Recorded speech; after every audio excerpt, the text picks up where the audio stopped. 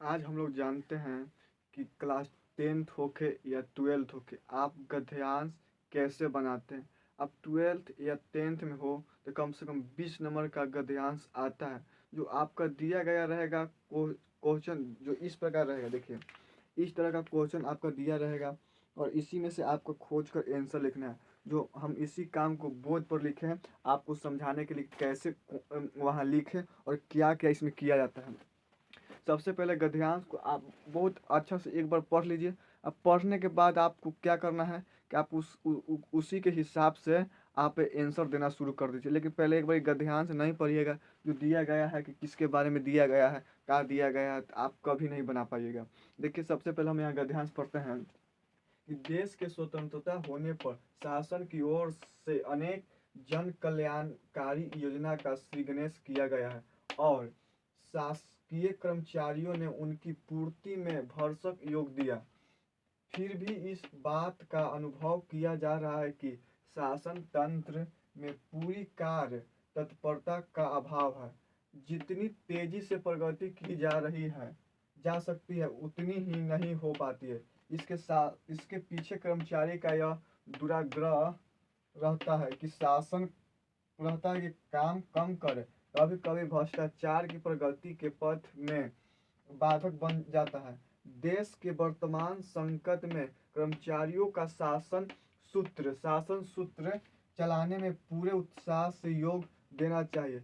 क्या यह संभव नहीं है कि वे आपकी कार्य गति को बढ़ाएं और अतिरिक्त समय में कार्य करके फाइलों को शीघ्रता शीघ्र निपटा दें।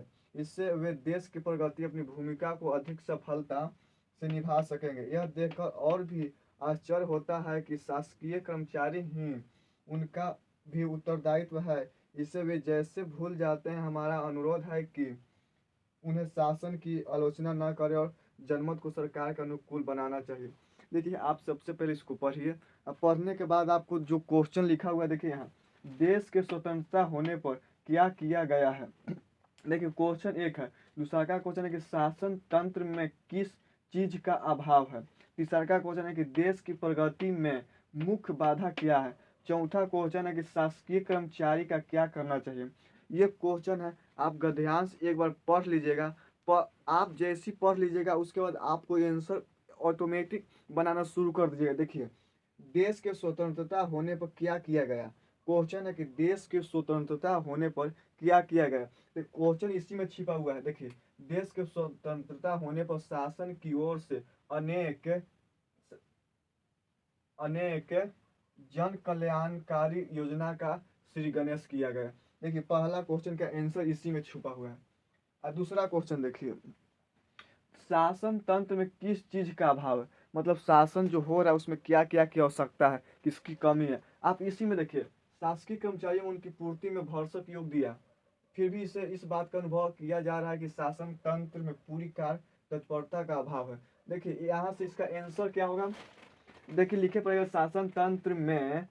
ये आपको आंसर यहाँ तक लिखना पड़ेगा क्वेश्चन वाला। शासन तंत्र में उनकी शासन तंत्र में शासकीय कर्मचारियों ने उनकी पूर्ति में भरसक योग दिया।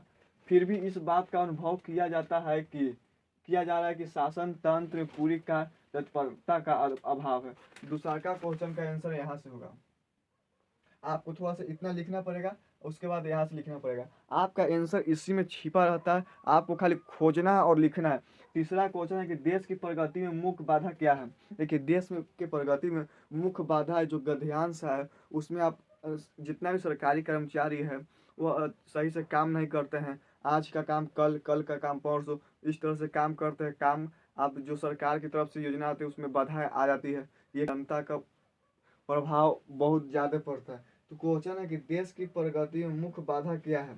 आप इसी में खोजिए। जितनी तेजी से प्रगति की जा रही थी उतनी ही नहीं हो पाती। इसके पीछे देखिए यहीं से आंसर है। देश की प्रगति के मुख्य बाधा, इसके पीछे कर्मचारियों का यह दुराग्रह रहता है कि कम काम करे और कभी कभी भ्रष्टाचार की प्रगति के पथ पर चलने से पूरे उत्साह का योग देना चाहिए। यही आंसर होगा 3 नंबर का। चौथा क्वेश्चन है कि शासकीय कर्मचारियों को क्या करना चाहिए। शासकीय कर्मचारियों को आप ये अपने से लिख सकते हैं या जो इसमें भी है उस खोज के लिख सकते हैं। शासकीय कर्मचारियों को करना चाहिए कि जो आपको उनको जो काम दिया गया वो थोड़ा अपना ढंग से करे और समय से दिया गया फाइल को पूरा करे और उसको फाइल को रख दे। बस काम जितना मिलता है वो काम अधिक नहीं रहता है, लेकिन कर्मचारी सरकारी रहते हैं उसमें मौजी करते हैं, इसलिए थोड़ा सा कठिनाइयों को उसी को कि शासकीय कर्मचारियों को क्या करना चाहिए। देखिए देश के प्रगति की अपनी भूमिका का अधिक सफलता निभा सकते हैं। इसका आंसर इसी में से खोजना होगा। देश के कर्मचारियों को क्या करना चाहिए, इसका आंसर होगा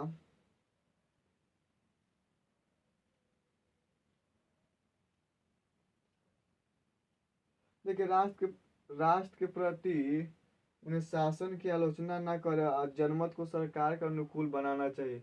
यही आंसर 4 नंबर का होगा।